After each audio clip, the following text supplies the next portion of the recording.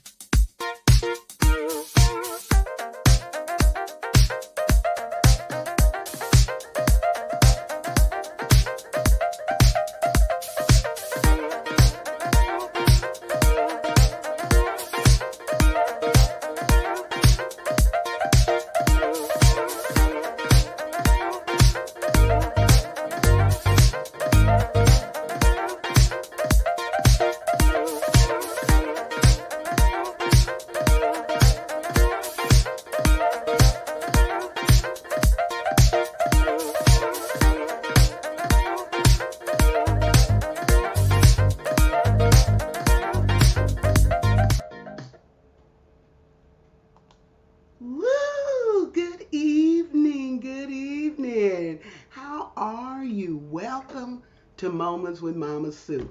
Listen, every time I hear that little music, that loop going around, it just makes me smile. It puts a smile on my face. Got to shout out my grandson, Cade, who put that together for me, and I just absolutely love it. I tell you, if you hang around with these children, they'll do something for you, but I absolutely love it. I'm glad that you're here today. I don't know what your day has been like, but mine has been filled with hurry up and wait. Hurry up and wait. I woke up this morning. It was the first day of early voting in our area, and I was determined. I mean, I had it on my mind. I'm going to vote today. I don't want to wait. And I don't know, call me old fashioned, call me whatever, but I just always think, that's the one thing I don't want to procrastinate about, because I don't want anything to run amok with my privilege to be able to vote. So when I get the opportunity, I try to make it to the polls on the very first day of early voting and make sure that I get that taken care of and out of the way. So I went to the polls. I was singing on my way, y'all. Linda, Lori, Janice, I was singing on my way. I was saying, I am on my way. I am going to vote today. I am on my way to exercise my right. And then I had another verse. When I get to the voting booth, I can vote for whomever I choose. I am on my way to exercise my right. Because I take it seriously, y'all. I really do. I go to vote every time I get a chance, and not just for the highly publicized voting events, but I go and vote all the time whenever I have an opportunity to express my opinion, because I realize that somebody sacrificed for me to be able to have that privilege. and I never take it for granted. I hope that you're having a great day, and if you're on with me now, I'd love it before we get in too deep if you guys would just like and share this. Like and share it so we can build our audience and have a whole bunch of people on by the time I bring on my special guest. If you're on YouTube, we want you to subscribe. Do what you got to do so that we can make this platform continue to be impactful and available to whoever would like to enjoy it. And if you enjoy it, then I want you to continue to roll with me as you are, and then like and share this with everybody. If it's your very first time tuning in for Moments with Mama Sue, then let me know in the comments thread. I want to know because I always go back through the whole broadcast and I check to see who are the first timers, and I always like to send you a little something something just from me to you to let you know that I appreciate you taking time, making time in your busy schedule to spend some time with me. For all of you that are watching us via WJIL.today, Gospel Radio, Roku, and Fire Stick TV, I appreciate you. Thank you for tuning in with us. Thank you for being ride or die with Moments with Mama Sue and replay. I really appreciate it. If you're watching, just hit me up in the DM and let me know how you're liking the show and all of that kind of good stuff. I would appreciate it because the only reason I do this is so that I can connect with some awesome and amazing people. And it gives me great joy. I mean, great joy to be able to connect with people all over the country and introduce some wonderful people I know to some other wonderful people that I know. So be sure and tune in on WJIL.today TV, Roku, and Fire Stick TV. And then listen, we got a whole bunch of stuff going on this month. We are doing October in grand style. I'm on my way tomorrow to the National Association of Black Storytellers in Buffalo, New York. And I'll be there for the whole week as a featured teller for the 42nd Annual Black Storytellers Conference. And I'll get an opportunity to tell stories in schools and do some other things. I'm so excited. I'm telling you, God is good. And the opportunity to get to do what I do, what He has invested in my life and deposited in me, I'm absolutely thrilled. So I do it with my whole heart. I do it with great gusto, and I try to make sure that I share the love and the positivity everywhere that I'm blessed to go. So if I haven't been where you are, then I need you to catch up with me. Hit a girl up. Let me know. I would love to come where you are. I can do a plethora of things, and I would love to be engaged with doing whatever it is that will help promote what you have going on. It's just my pleasure. It's such an honor to get an opportunity to share the gifts and the talents that we have in our lives. So invite me, and we can see what we can do about making something wonderful happen wherever it is that you are. And listen, I want you all. Now, I spoke a little bit earlier about the privilege of getting to vote. But if you haven't already gotten that together, start thinking about it. Because, honey, that was my hurry up and wait for today. I had to wait. I waited for over an hour to be able to cast my vote, and it was all right. But let me tell you, here goes the storyteller in me while I was standing there in line. And you know, we live in Texas, and we live in a very, very opinionated part of the country. Yes, we do. But I will tell you that while I was standing there in line, I guess, I don't know if I was starting to look like I was flagging or if I was starting to look like I was tired, but there was a gentleman in front of me and a gentleman behind me, two white gentlemen, and one of them went and brought a chair for me to sit in. He just said, "Here, you can just sit down right here." And then when the line would move around, because it was a long line, when the line would move around and I would get up so I could move, then the gentleman behind me said, "I got it, I'll move it for you." And they just scooched me right on up to the door, all the way up to the door, moving my chair.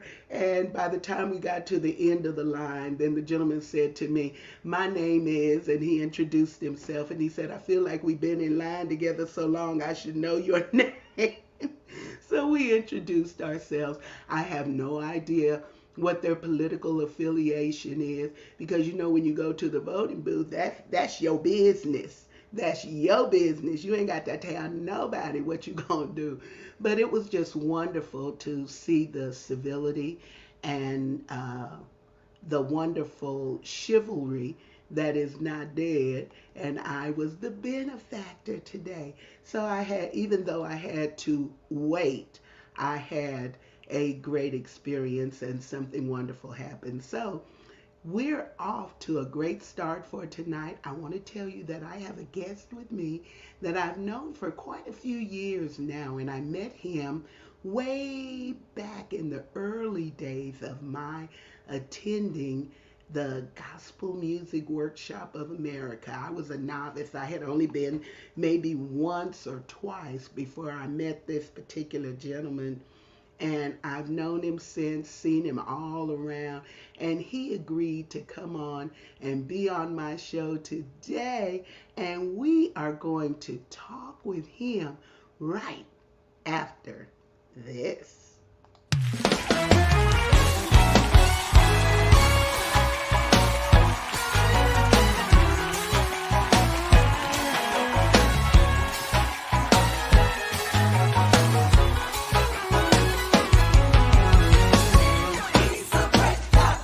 Yes, he is, and it's worthy. I'll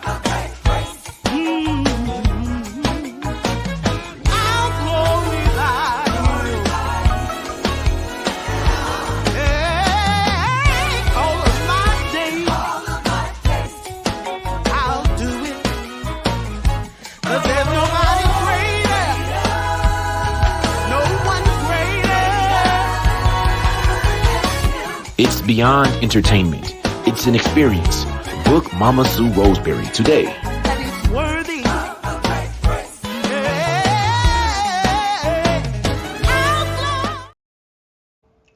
Woo! He's a great God. And one of the things that our great God does is allow us to make connections with some extraordinary people. There's a scripture in the Bible that talks about him having treasures in earthen vessels. And I love that frame of reference because it's talking about people, ordinary people, people like you and me, that God invests his gifts in and gives us talent. Our next guest on Moments with Mama Sue has been utilizing his gifts for many, many years. Back in 1995, he formed a group of singers that had as their focal point to just bless God, just lift him up. And then he has other amazing talents that we're going to talk about and unpack. So would you just go ahead, get ready, put your finger on the keyboard so you can go ahead and say welcome to the one and only Jimmy Russell. Hey everybody, how you doing? Thank you, Mama Sue. I Oh, always like to call you Sue, but I'm gonna call you Mama Sue. well, that's okay. You can call me, as long as you don't call me too You're late to late. eat. Right, right. You can call me. But listen, I love to tell people the story about how we met Oh because yeah. We were at the GMWA and I actually met you in the vendors area. But you weren't a vendor. You were over there being an imposter. You mean an imposter? What did I do? Was Because I you trying were to not the sell? vendor. You were just Oh no. minding the store Right, for a exactly. friend. Right. I was minding that for Daniel's Music. If it was any vendor, it was Daniel's Music. That's back when they had CDs. Yep, that was so they give you an idea how long ago it was. So Yeah. anyway, Jimmy was in there and I stopped to buy something in the vendors area and he was telling me about it and I he was giving me a hard time about the price of the item cuz I don't think you knew. I did. I had to go by what Daniel told me. I think he was I think he was gaslighting me. I don't think he was telling me the real price of the item. So anyway, we go back and forth about the item. Look, and Gerard is saying, my brother, because he was with me, we were in Right, Milwaukee. right, right, right. Yeah. And so we're going back and forth about the item. I get the item. We gone about our business. Then later, maybe like the next day, we're in a diner. I'm gonna tell you when it was. It was we met as the convention was over and everybody was going home. And I came with my boy Richard Toy. He said, "Let's go eat here." I said, "Okay." Before we go to the airport, and the both of you all was sitting in there. And while Richard and I was talking, I looked over. I said, "Hey, I know her." So then I introduced myself to you and your brother. Yeah, but we had looked around and it wasn't just a common introduction. It was like, you.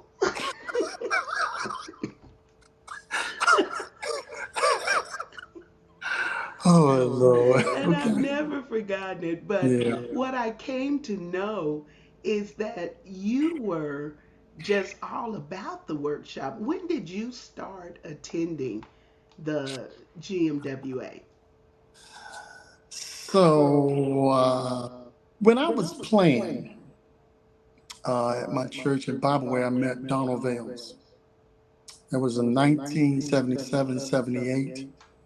And after this concert that he did for my church, Bible Way in Washington, D.C., he said, "Who do you play for?" I said, "Nobody." He said, "I got somebody for you." So then he hooked me up with Shirley Berkeley and the D.C. chapter of God's Music Workshop. And the rest of that was just history. At first I didn't go to the convention the first year or the second year I played for him. But the third year when it was in Cincinnati, that's when I went. And I got bit by that bug. And I haven't found no cure for that yet. Wow. Well, now when he's talking about playing, y'all, tell the people the instrument that you play. Oh, I played drums. Basically, yeah, just drums. Not just drums. Yeah. Not just drums. Because, you know, a bad drummer can ruin your life. They can, they can. You I can try to be a make sure great that I'm not drummer. that guy. I want to make sure I lock into what you're doing and how you're doing it. Well, how did you first even get involved with music? Talk about your early who inspired you to want to be. Well, when I was 5 years old, I was brought up at the Bible Way Church, and we were in a choir called the Sunbeams. So the first thing a lot of people really forgot is that I used to sing before I played drums. So in my years of coming through Bible Way was the number one church in the Washington, D.C. area. If you did gospel, that was the church you wanted to be at. Any concerts that were there that Bible Way sponsored, that the artist was there, it was always free. It was the largest church.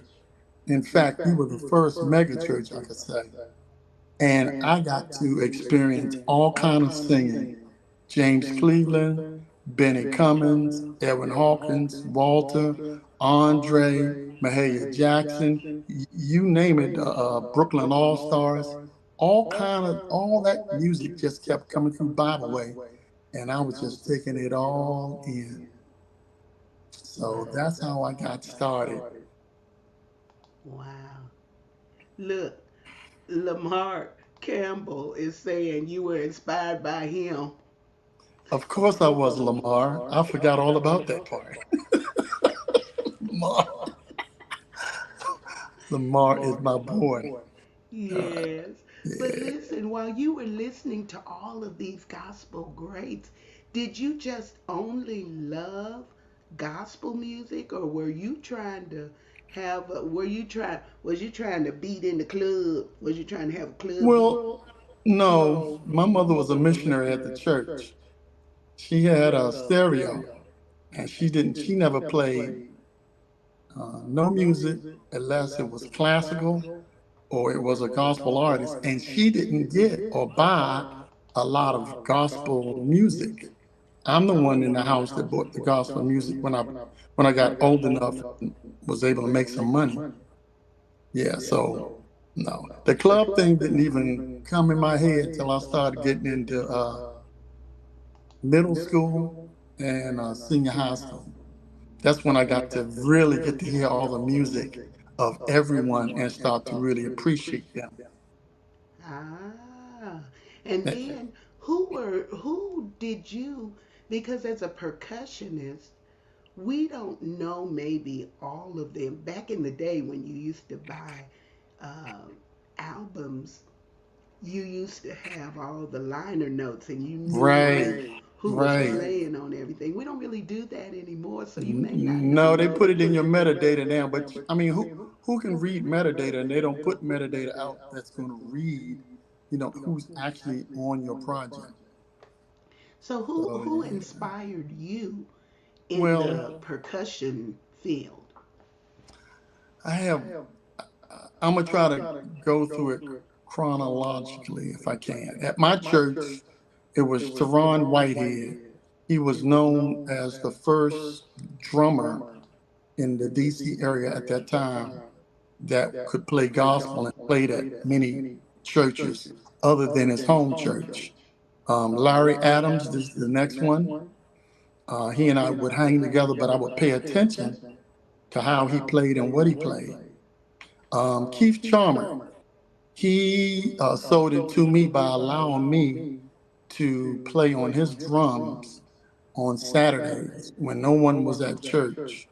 And when I was trying to learn, because I taught myself how to play drums in 4 or 5 months, every Saturday from 10 until at least 5, and then I would go home.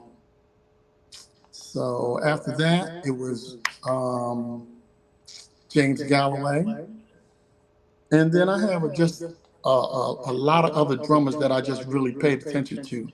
Oh, he's a doctor now, but Dr. Bobby Walker, who used to play for a lot for Savoy Records, and he also played for Benny Cummins and Bishop Albert Jameson. Used to play for Triborough, Hmm. and every time he played, he knew who I was, and I had just met him. But every time he did something, he would look at me like, "Did you just see what I just did?" And so I would go and practice. And pretty soon, people in the area when Bible Way Church released their first mass choir album, and they heard me because I had to, sit in to play. If one of the choirs at the church sang one of the songs from the album, they said, "Well, you played on the session," and I was like, "No, I didn't." That's how good I was. So I just kept working on my craft and listening to more music. Wow. Listen, you have named some heavy hitters, not just from the people that you learned from, but also the people who you played for. Hmm. Because back in the day, now people, I don't know, we talk a lot about church hurt.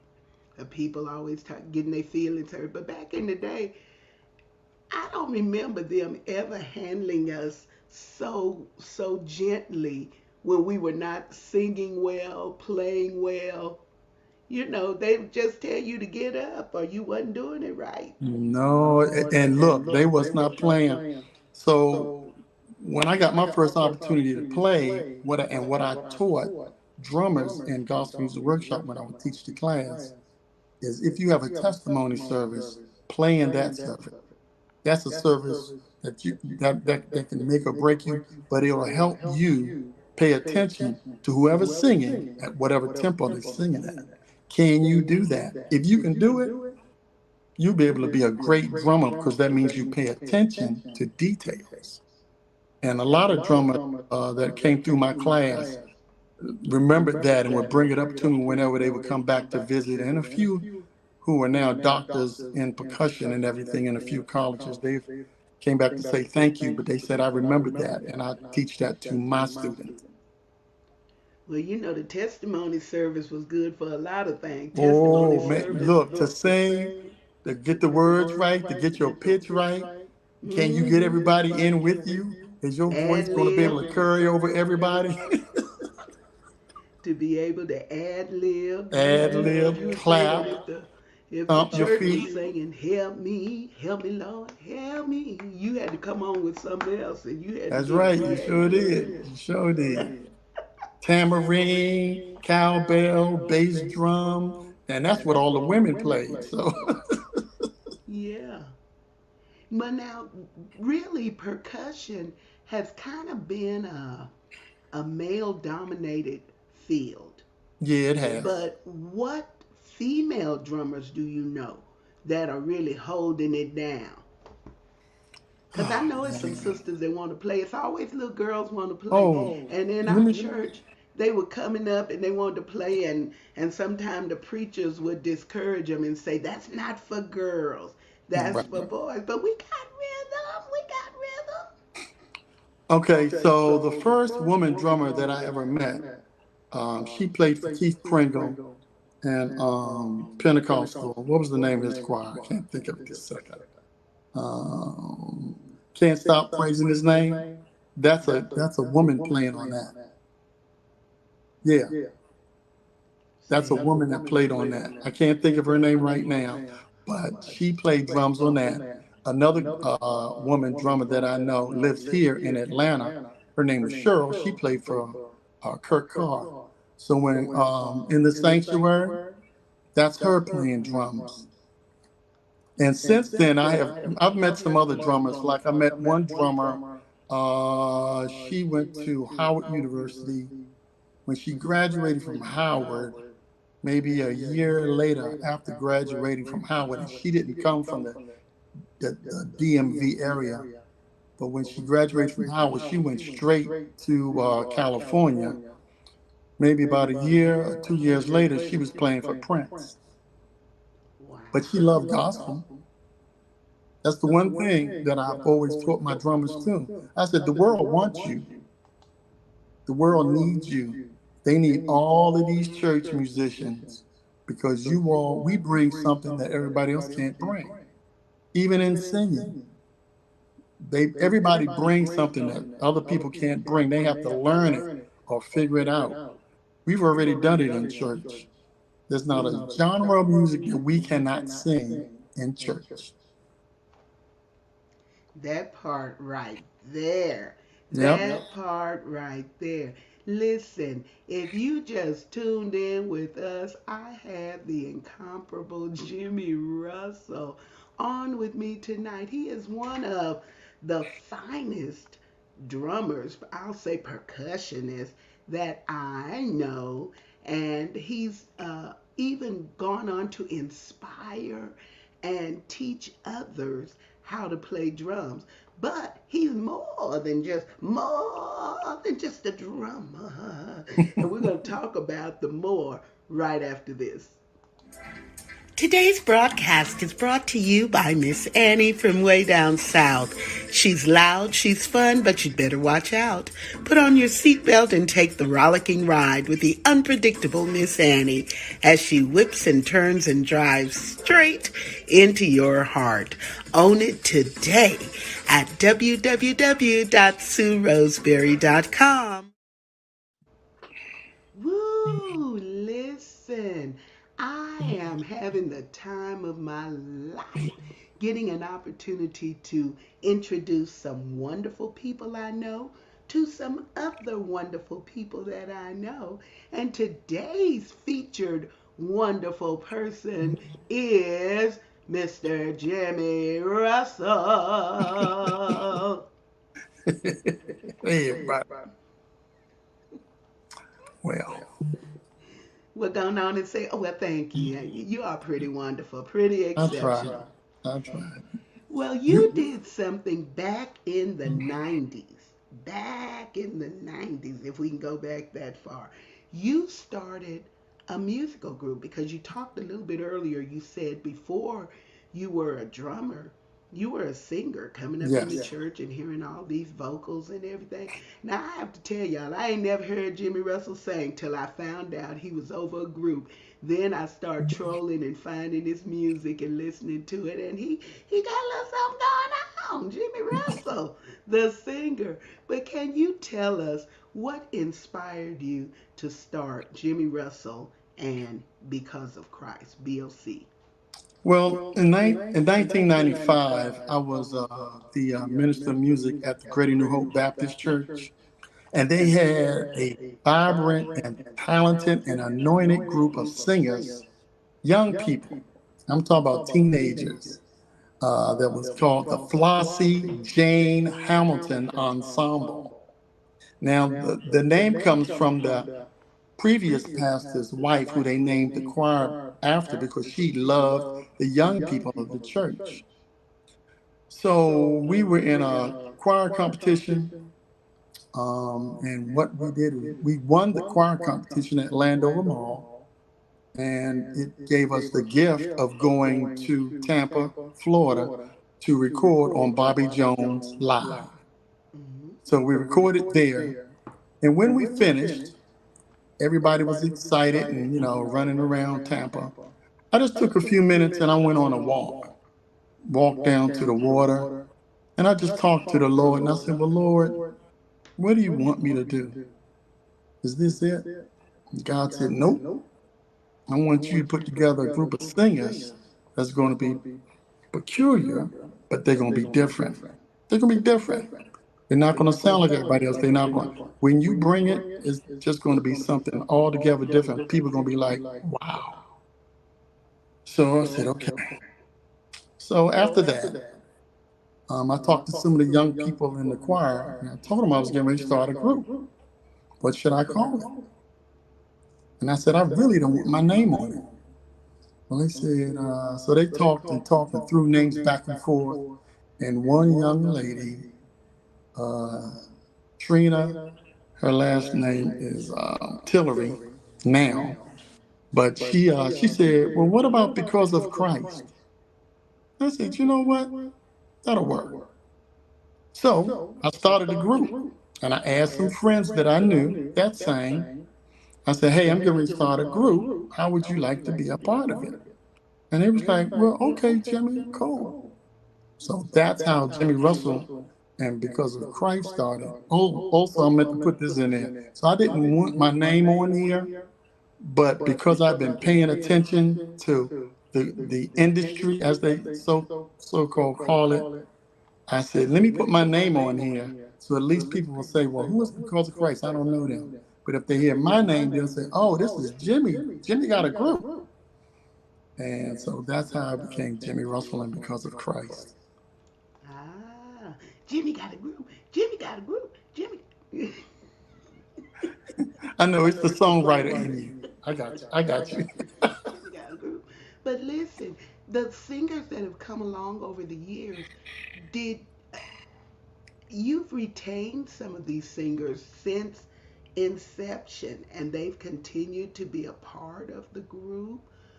How have you managed to do that? Because I am interested in how you form relationship and longevity for ministry. Well, the one thing with me, with everyone, I told everybody that, hey, while you're here, we're going to make the most of this. When we go sing, there's a certain way you got to stand. Um, I don't want you thinking like, oh, we're just singing at this church. No, I need you to think beyond that. And I had a lot of people in my group at the beginning. But as life happens, I learned as a leader not to own them, because I know some people, when back, especially back then, if they got in your group, they felt like they owned you. So if they saw you sing in another group, they felt like they were betrayed. But with me, I didn't mind. In fact, there was one particular group in DC that needed two singers, and we wasn't singing enough. So I sent two of my singers to them, and they stayed with them. There was no hurt from me. I wasn't hurt because I'm always one to believe that God has a plan for you. And you may not be here always. Just like when we, as Jimmy Russell and BOC, did our first recording in 2006, I told them after the recording was released and we had been singing out for a while, I said, hey, I'm going to tell y'all right now, some of y'all, when we do our next recording, you may not even be in this group. So they looked at me and laughed and said, oh, that's very, no, I'm just being honest, y'all, because life happens and God has a plan for everything and everybody. Mm. And then he had prophesied. Then he had prophesied. Then But he yeah, had prophesied.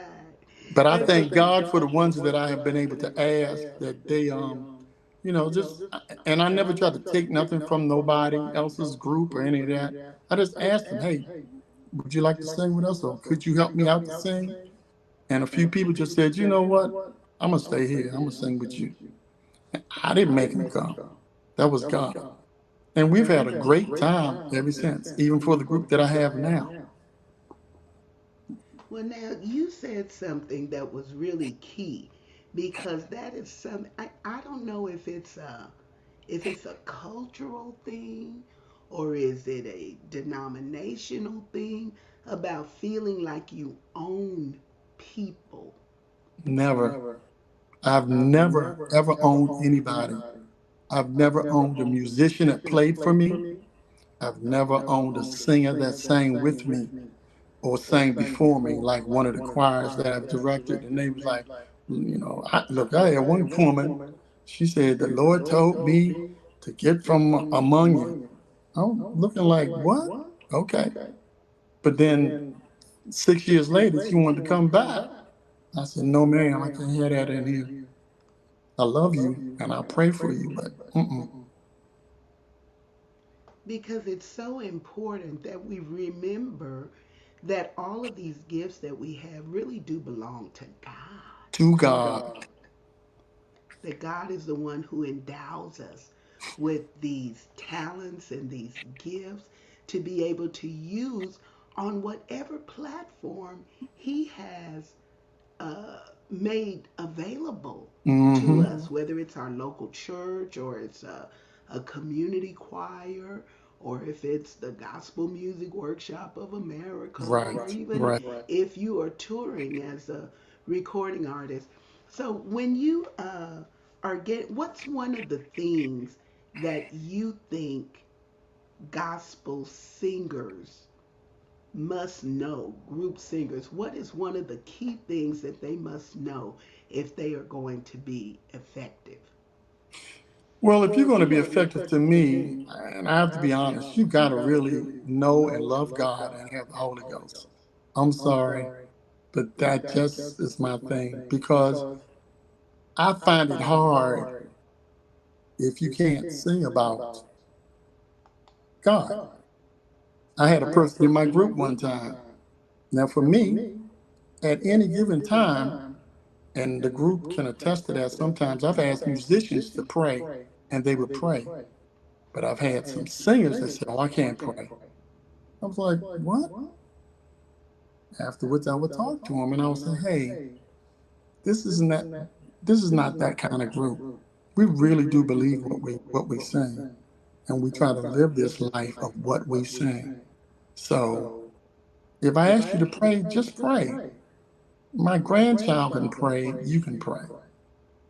Mm, that part right there. Yeah.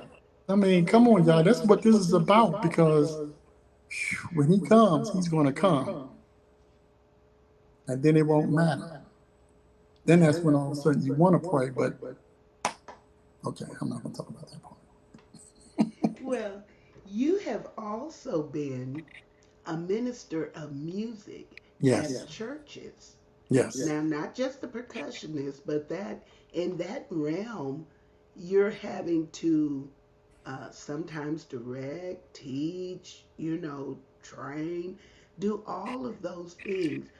What has been the most rewarding part of that particular assignment in ministry? The most rewarding part is that I learned all of that at the Gospel Music Workshop of America. Mm. Go on and give them a plug. Go on, I'm GMWH. I'm I'm just gonna be upfront and honest. Again, in my drummer class, um, I tell my drummers, I said, I'm not trying to train you or teach you to be good or great drummers. I want you to be great musicians because all we do is keep a beat, but we listen to everything. Everything the organ does, the piano, the bass, guitar, percussions, and even singers. I don't know if you know this, but it's a lot of drummers that can really sing very well. Now, I always give the example of Teddy Pendergrass. He's one. He was a drummer before he became a lead singer, and it's so many drummers, you know, and those things are the things that I try to just make sure that I instill upon those musicians. But for me to be minister of music, I learned that from hanging out with all those ministers of music at the Gospel Music Workshop of America and in the DMV in any city that I went to, paying attention to what they do, how they do, how they run their choirs, what do they do to do that. And then when the Lord put me in charge, you know, my first church was Greater New Hope Baptist Church. I was just in charge of the mass choir. Then they asked me to be in charge of the Flossie J's. That's what they used to call the choir. And then next thing I know, the pastor says he's over all the music. So I had to come with things that would be innovative, but would upgrade them in their worship. And pretty soon they understood. At first, well, we don't need no bass player, we don't need this, we don't need that. But pretty soon when they heard it, it was like, oh, this is nice. Mhm. This is nice. And the same thing I did when I left them and went to my home church. They were really, it took them a minute before they got some things that they needed to do to upgrade ministry, but they started doing it. And I tried to make sure that I was always available to teach, show, and help our church ministry to grow musically. Um, what else can I say about that? I think that's about it. That was about it because I was just asked to be the minister of music for Bishop Ronald Demery, and he had just come in. He may have been the third pastor of the church, and he asked me to be in charge of the music department. So I tried to do the best that I can, and I'll tell you this, and then then I'll be finished. So Bishop Demery heard Vincent Bohannon singing "We Win" when it first came out. Most of my choirs were between the ages of 50, 60, 70 years old. He wanted the choir to learn the song, so I taught it to him. I taught it to him so well that other friends of mine around the city said, "How do you get those seniors to sing like that and almost sound like the recording?" I said, "It was God, it wasn't me." Because I believe in old and new. Like, I don't think if you're in a church, you should know hymns. Not pushing, not plugging this for nobody, but you should know all four hymns. Now, I'm an apostolic boy. We don't do hymns at my church. My church will get happy off of just the chorus. But as I started playing through the city, I started learning different denominations and the way they worship. And the AME church and Baptist, they big on hymns, singing all those verses, hit the chorus, sing all the verses. Now you hear them, people do the hymns, but now they jazz them up doing the way they want. They still hit those verses. That's what I learned Yeah. as a And that's so drummer. important. That is Yeah, it's so important. important. Because we never know. Now, here's the real deal, you don't know where your gift is going to take you. Nope. And just in case it takes you to a place that is maybe different than what your background is or just all that you know, it it just is such a blessing to be versatile. Right. Versatile, that's the word I'm going That's for what you got to do. today. Yeah. Yeah. Yeah. Give them a little old and give them a little new. If most churches, to me, if they did a little old and a little new, they would keep everybody. Those that are seniors, those that are young, those that are little, they would keep everybody because then it's a good blend. But to me, when your churches only does just one particular genre, and of course, we've allowed the industry to make what used to be gospel music into 700 different titles of gospel music, then you could have, what you need. Because to me, I look at some of these churches, some churches, they do everything, and that's good. But then there are some churches, they only go one way. But then if you don't teach the old and let the young people hear it, how will they know? Because I'll be honest, there's some songs, if I was going through that are new, I couldn't sing them.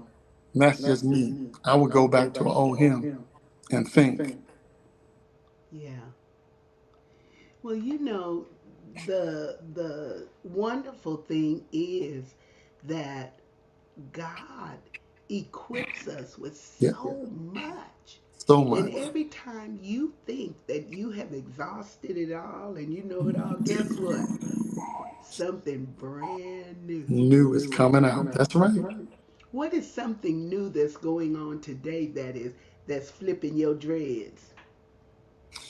Well, let me see. I don't know. Because I'm really trying to catch up to all the artists that are now up. I look at Media Base and look at all those names and try to listen to that music. And I mean, most of it I like it, but I'm just trying to see, like where does it all fit? Some fit, some don't. Plenty people have plenty good production, and they got the background singers, they got the band. The band is doing a lot, and the singers are doing a lot, and the soloists are also pushing too. They're doing great, but uh, it's too many for me to even just say, "Oh, I just like this one." It's too many, Yeah. too many. But I did have to tell one of my friends who is more of a traditional kind of what I consider traditional gospel singer. He was upset because a particular group seemed like they were just taking over the airways. And I told him, I said, why are you worried about that? God has a place for all of us. It, Mhm.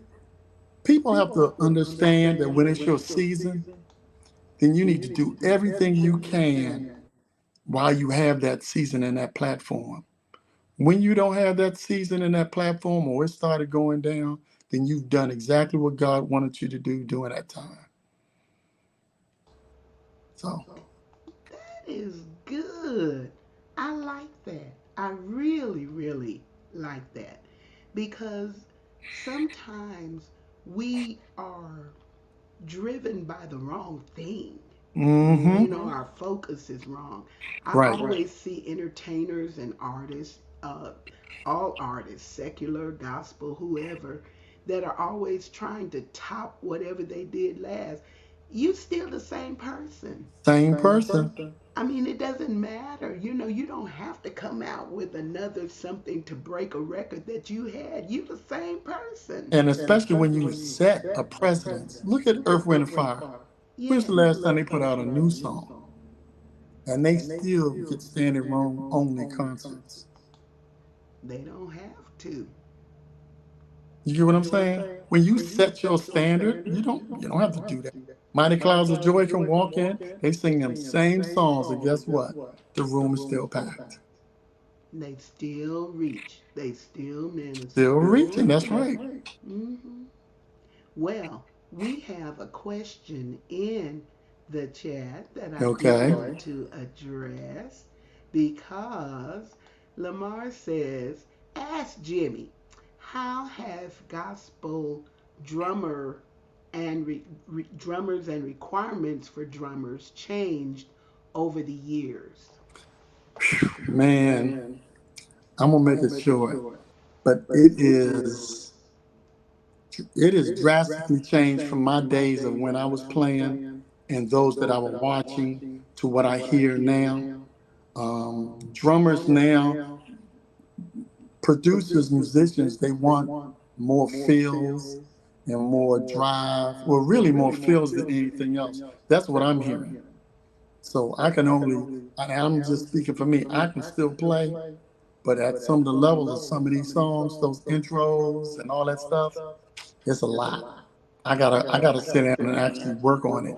I used to be able to just walk right in. What's the song? Okay, I got it. And boom, boom, boom, and we're going. But now they have so much that they put in, those drummers. And I'm not mad at none of them, but they do a great job. There are some artists that has all that in their songs, and then sometimes it's just something just plain and simple. So, but yeah, I like what they're playing. Yeah, yes, Lord. And sometimes less is more Well, because when sometimes, but it all depends on who the artist is and what they feel that they really want too. Because sometimes they'll say that's not enough. I need some more. I need some more. You be like, what? ah, Yeah. okay, So I got another question on here. okay. And this one is coming from Twana Cheney Sutton. She said, what advice would you give to a young person who is interested in learning how to play the drums? Say it again. What advice Oh, would you okay. give to a young person who is interested in learning how to play the drums? Well, in this modern day and time, they pretty much can look at YouTube. I would I would say if a young person really wants to play, and this is how I would tell parents at GMWA and other places where I've had to teach, um, get a drum set from the pawn shop, something low, something that doesn't cost a lot, and that you can probably sell if they don't keep the interest, and just get them to practice some rudiments. And if they're really young, I encourage all drummers get in the school band, learn how to read music, because if you can read drum music, you'll always have a job. Because there are commercials, there's always symphonies, orchestras, 1,000 things where they need somebody to read what a songwriter has written out as a drum line. Hmm. That's a good thing. That's a good thing, and that's keeping all those jingles and all that stuff. There's nothing to walk in, play it, go out, you get paid. That's to keep you as a livelihood. But to keep practicing and just pay attention to everybody that's playing. Don't be them, be you, because that's what people are going to remember. I only had one time for people to say that I sounded like another drummer. But otherwise, they always said, that sound like Jimmy, or that sound like something Jimmy would play. Hmm.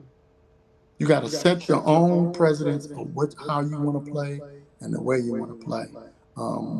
One of the greatest drummers I feel that was here, and unfortunately, the Lord took him away around this time last year. was Aaron Spears. He's from my hometown in DC. And Aaron always remembers when I was playing drums, he would come sit up front. And as he got a little older and started playing a little bit, I would let him come and play on some songs for some people I was supposed to be playing, like the offering. Yeah, play on this song. And they'd be looking, I said, I got him, I got him. Whatever he needed to do, I told him, and he did it. He matriculated to being one of the greatest drummers. They mentioned him on the Grammys last year in the memorial. That's how great he was. And guess what? He still knew who Jesus Christ was and didn't have no problem about talking about it. Wow. Well, they are saying, God bless you, Brother Jimmy, and thank you for sharing your wisdom. You know, Thank when you. we get on in our wisdom years, see, Jimmy got a lot more wisdom than I do. His is going on. Oh, look, he's had swung it around over his shoulder. he got he got a lot of wisdom going on. But I think it's important for those of us who have been doing music ministry for many, many years to impart Yes, to others. because you're not going to do it all your life. That's right. Because they won't know unless we are able to share it, and if we are indeed gatekeepers, then we ought to do a good job at the gate. Don't be trying to Yes, keep anybody out. that's right. Try to make it possible. Well, listen, hang with me, Jimmy, as I get Okay. ready to close down. I want to tell everybody to please be sure and follow Jimmy. You can follow Jimmy Russell and BOC on social media, Instagram, Facebook. You put in his name, or if you put Because of Christ, Jimmy and BOC, he's going to come up. And you can also go to their website. It's active, www.jimmyandboc.com. And we want to go and download their music. They've got Right. music out there Yeah. on all of the digital platforms. You Mm-hmm. can also find them on YouTube, clips of Yep. them singing and blessing God and lifting up. And they do have a unique sound. And for those of you that didn't know that Jimmy was a singer, now you know. So you can go and follow what they have and be a contributor.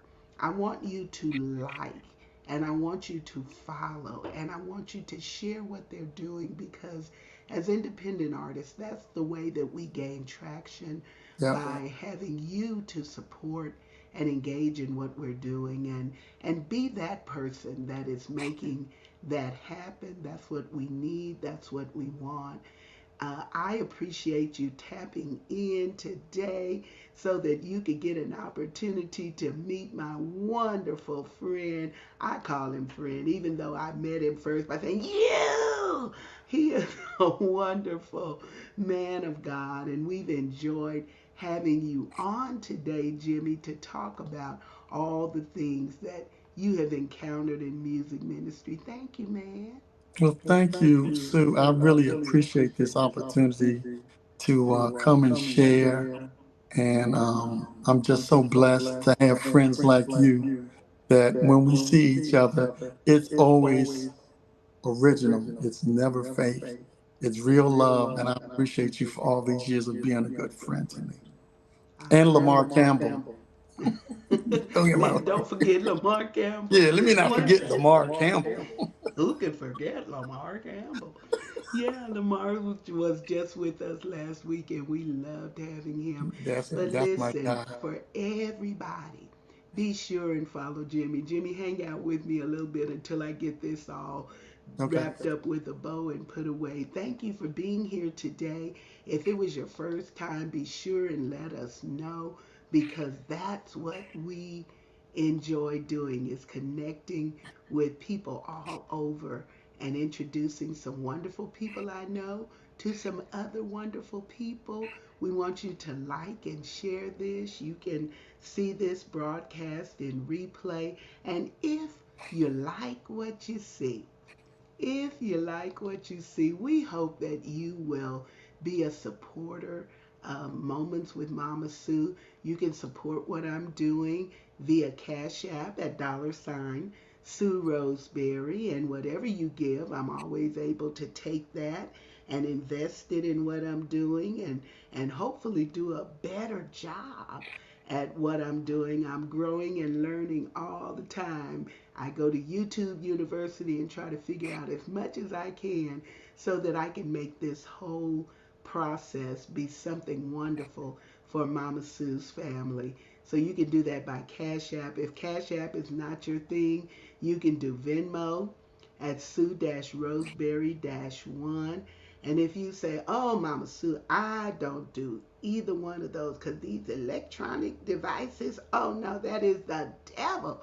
You might say that. And if you do, then you can just send a good old check to P.O. Box 51422, Midland, Texas 79710.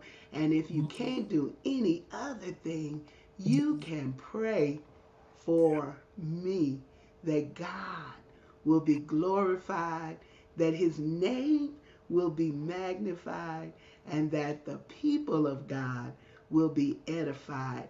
I love you all, and I look forward to seeing you on the next Moments with Mama Sue. Woo!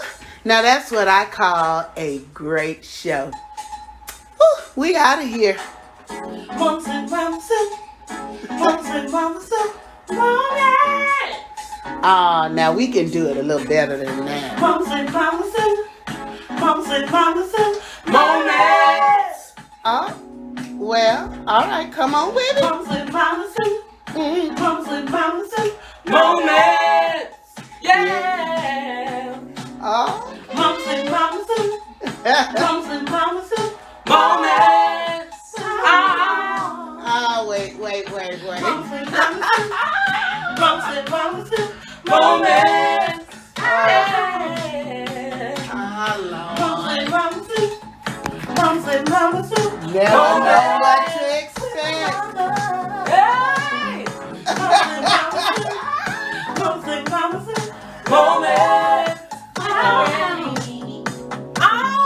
Moments with Mama Sue. Moments with Mama Sue. Moments! Yeah! Moments with Mama Sue. Can't you? Moments with Mama Sue. Moments! Well, now we might be done a little bit too much. Moments.